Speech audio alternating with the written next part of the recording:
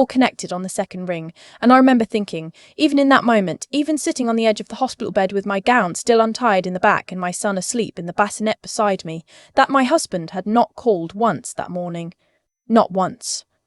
It was my father's voice on the other end. "Sweetheart, how are you feeling?" And that was it. That was the thing that broke me open. Not what my husband had done, not what I'd found, just my father asking how I was feeling in that quiet, careful way he always had, like the answer actually mattered to him. "Dad," I said, "I need you." He didn't ask questions. He just said, "I'm already in the car." I should back up. 36 hours before that phone call, I was still in labour. 14 hours of it in a room that smelled like antiseptic and the lavender oil my best friend had insisted on bringing, which the nurses politely ignored. My husband. I'll call him my husband because that's what he was, technically, for a little while longer, was there for the first 6 hours. He held my hand during 2 contractions, checked his phone during most of the others, and at some point stepped out to grab coffee and came back 40 minutes later smelling like fresh air and a meal he hadn't offered to bring me. I didn't say anything. That was the version of me that still believed in keeping the peace.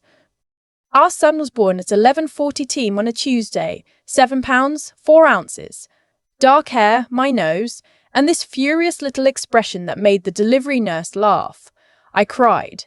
My husband took a photo, not of me, of the baby, and immediately sent it to his mother. His mother, who had never once asked how my pregnancy was going. His mother, who had referred to my job, I'm a licensed structural engineer, I've been working since I was 22, as my little career. His mother, who once told me at Thanksgiving that my father's family came from money the wrong way. I'd smiled and passed the gravy. The next morning, my husband was gone by 7. I assumed work. I didn't ask. We had reached that phase of marriage where I had stopped asking and he had stopped explaining, and we both pretended that was fine. The hospital was good. The nurses were kind. My dad drove 4 hours that afternoon and sat with me for 3 hours, holding his grandson and telling him things, quiet things I couldn't always hear, leaned in close, and when he left, he kissed my forehead and said, "You've always been stronger than you know."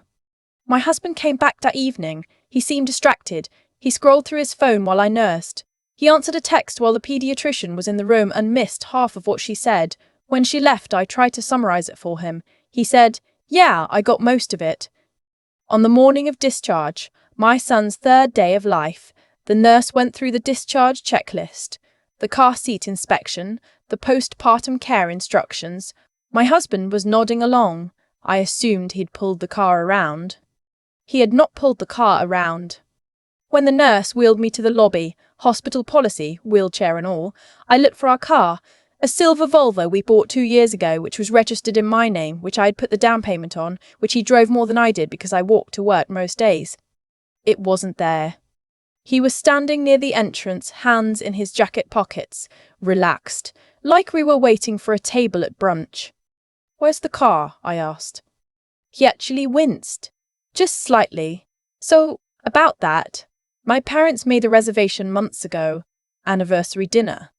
They really wanted me there, and the restaurant is 40 minutes in the other direction, so—" I stared at him. "I figured you could take a car service home," he said. "I already texted the doorman to help you up." A car service. Our son was 3 days old. I was wearing a postpartum pad the size of a throw pillow and I could barely stand up straight, and he was talking about a car service like he was suggesting an Uber from the airport. "You want me to take a taxi home," I said, "with a newborn?" "It's not a taxi, it's—" "Where is my car?" He had the nerve to look impatient. "Olivia, my parents have been looking forward to this for months. I'll be home by 10. "Olivia. That's me. My name is Olivia." The nurse behind me had gone very still. The kind of still that means a person is professionally obligated not to say what they're thinking. I looked at my son, wrapped in the fleece blanket my mother had mailed from Portland before she passed 3 years ago. She never got to meet him, and I thought about that every day, and I made a decision. "Okay," I said. Not because I was okay with it, because I was done performing. The car service was fine. The driver helped with the car seat and didn't say a word about anything, which I appreciated. My doorman, a kind man named Gerald who had worked the building for 11 years, met me at the curb and carried everything up himself. He said, "Welcome home, Mrs. Harlow." And then quieter, "Is there anything you need?" I said I was fine. I was not fine. I got my son settled. I sat on the edge of our bed, our California king, in our apartment, in the building my father had helped me buy when I was 28, and finally making real money. And I looked at the room. The framed photo of our wedding on the dresser, his watch on the nightstand, his dry cleaning hanging on the closet door because he kept forgetting to put it away. And then I opened my laptop. I don't entirely know what I was looking for. Something had shifted in me during that taxi ride, something that had been shifting for a long time, actually, that I'd been carefully not looking at. I pulled up our joint bank account, just to look. The checking account was normal, direct deposits, groceries, utilities. The savings account was not. Over the past 11 months, there had been a series of transfers, not large enough to be immediately alarming, between $3,000 and $8,000 each time. Always on a Friday, always to an external account I didn't recognize. 43 transfers. I sat very still for a long time. Then I opened the filing cabinet in the second bedroom, the one we used as an office, and I pulled out the folder where I kept our financial documents. I was the one who managed the paperwork in our marriage. He'd called it my control thing once. I'd let it go. The folder was thinner than it should have been. Our mortgage documents were there, our insurance, but the folder for his business accounts, he'd started a consulting LLC 3 years ago, which I had co-signed the initial loan for, was almost empty. The quarterly statements I usually filed were gone, replaced by a single sheet of paper with a handwritten account number I didn't recognize and a name I'd never heard. Harlow Meridian Holdings. I had never heard of Harlow Meridian Holdings. I Googled it. It was registered in Delaware. The registered agent was a law firm I didn't know.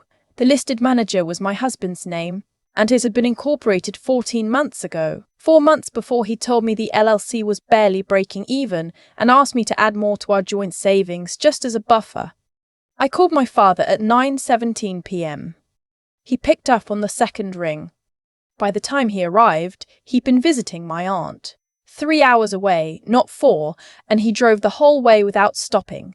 It was past midnight and my son was asleep in the bassinet, and I had organized everything I'd found into a single folder on the kitchen table.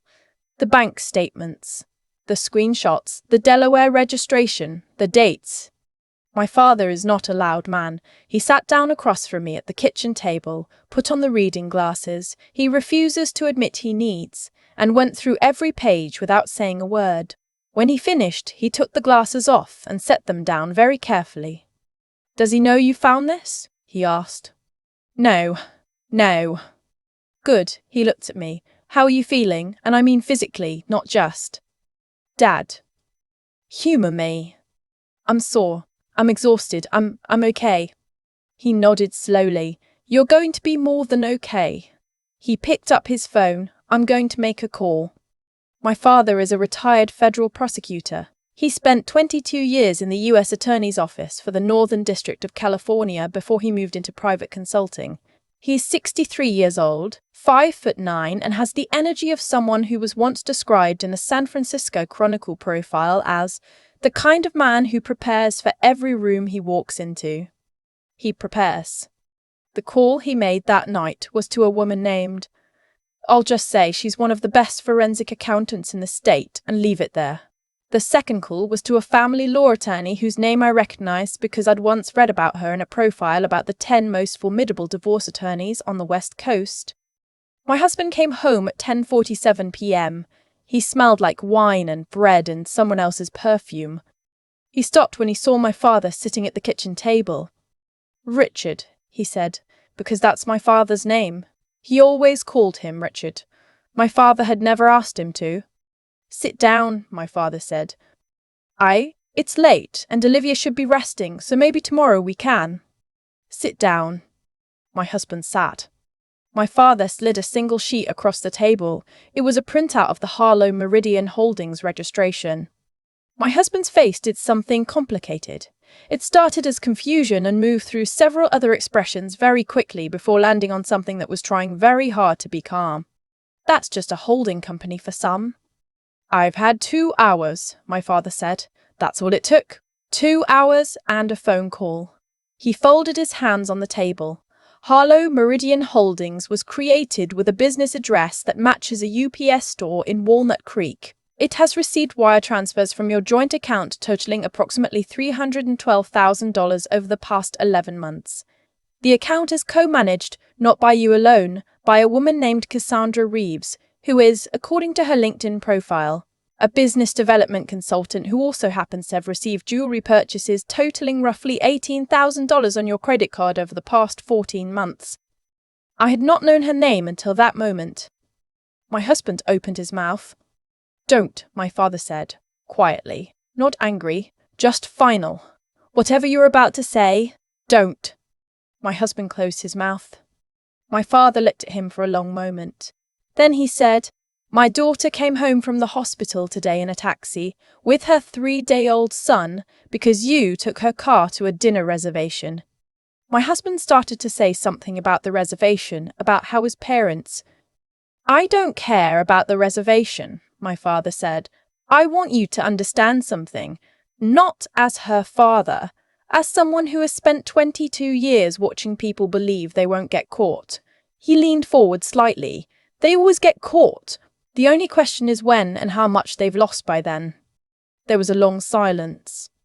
What do you want? My husband finally said, and his voice had changed. The bluster was gone. He sounded like what he was, a man who had just realized he was not the smartest person in the room and possibly never had been. Tonight, my father said, you're going to text your mother and tell her you'll call her tomorrow, and then you're going to go sleep in the guest room. In the morning, you'll be contacted by an attorney. You will cooperate fully. You will not contact Cassandra Reeves. You will not access the joint accounts or any account connected to your LLC, and you will not, under any circumstances, speak to my daughter in any way that is not through counsel until she decides otherwise. You can't just. The wire transfers constitute wire fraud, my father said. Potentially money laundering, depending on what the forensic accountant finds in the morning. The co-mingling of marital assets with a private account for the benefit of a third party gives us grounds for dissipation claims that will significantly impact the divorce settlement. He paused. I'm not threatening you, I'm informing you. There is a difference. My husband looked at me, and I think he was hoping even then that I would soften, that I would give him the out I'd been giving him for years, the pass, the benefit of the doubt, the grace I'd been extending since that first Thanksgiving when his mother said what she said, and I passed the gravy and smiled. I looked back at him, and I didn't say anything. He went to the guest room. I sat with my father for another hour. We drank decaf. I couldn't have anything else while nursing, and he told me about a case he'd worked in 2009, where a man had done something similar and thought he'd buried it well enough. He talked about it like he was talking about someone he'd almost felt sorry for. Almost. Before he left to check into a hotel down the street, he refused to stay in the apartment, said he didn't want to be an unnecessary variable in any future proceedings, which is such a prosecutor thing to say. He stood in the doorway for a moment. You know, he said, your mother used to say that the hardest thing about loving someone is figuring out when to stop making excuses for them.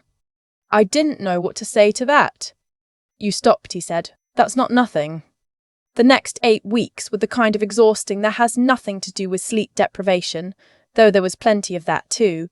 My husband moved out within the week. His attorney apparently advised him that cooperation was his best option, given what my father's team had already documented. The forensic accountant found what she described as a pattern of deliberate financial concealment going back almost 2 years. The total was closer to $370,000 once everything was tallied. The divorce was not simple, but it was, ultimately, not complicated either. The prenuptial agreement, which I'd signed at my father's gentle insistence and which my husband had complained about for 6 weeks before the wedding, was clear. My separate property was mine. The marital misconduct and financial dissipation claims gave my attorney significant leverage. My husband settled. He did not get the car.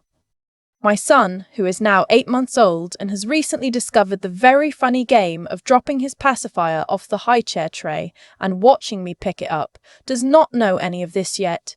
He knows the warmth of being held. He knows the sound of my voice reading to him at night. He knows his grandfather's face, because my father drives up every other weekend now, always with something small and unnecessary like a board book about trucks or a soft giraffe toy, and he reaches for him with both hands. My father always tears up a little, though he would never admit it. There are things I wish had been different. I wish I had looked more clearly sooner. I wish I hadn't spent so many dinners performing a version of contentment I didn't feel. I wish my mother were here, not to see the divorce, but to see her grandson, to hold him the way she would have held him. But I don't wish I'd stayed quiet on the night I found that folder. I don't wish I'd closed the laptop and gone to bed and decided not to look too closely. Some doors, once you see them, you can't pretend aren't there. I called my father because he was the one person I knew would answer at 9 p.m. and not make me explain why I was upset before he helped me. He picked up on the second ring. That's the whole story. Or the beginning of it anyway. The rest is just living, which, it turns out, is so much lighter when you're finally doing it honestly. I keep thinking about the moment the nurse wheeled me out to the lobby, how I was looking for the car, how I was still, even then, making excuses in my head. Maybe he's circling the block, maybe there was traffic, maybe I misunderstood. I had not misunderstood. That's the thing nobody tells you about being in a marriage that's slowly going wrong.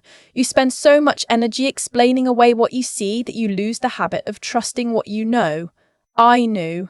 Some part of me had known for a while.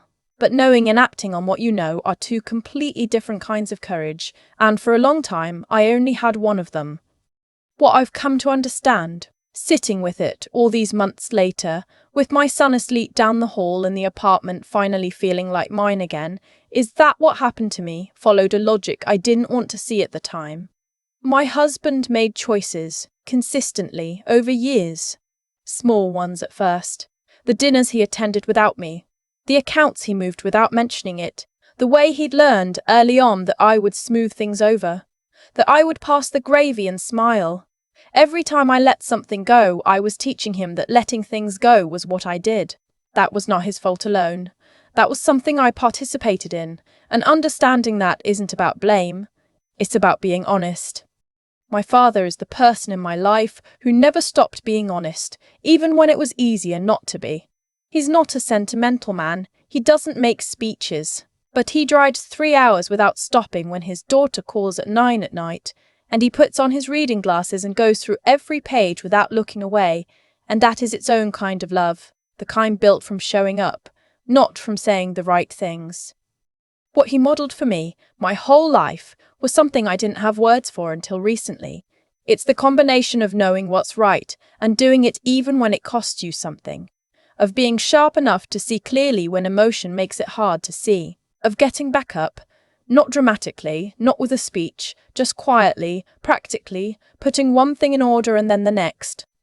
I didn't have all three of those things the night I found that folder. I had maybe 1.5, but I made the call anyway. That's the part I want to remember. Not the anger, not the betrayal, not the $370,000 or the woman named Cassandra, or the way my husband's face moved through all those expressions before landing on court.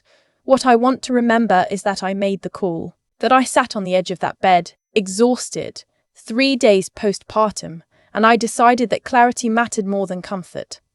My son is going to grow up watching me make decisions. I don't know yet what kind of person he'll be, what he'll face, who will let him down or lift him up, but I know what I want him to see when he looks at how I handled this.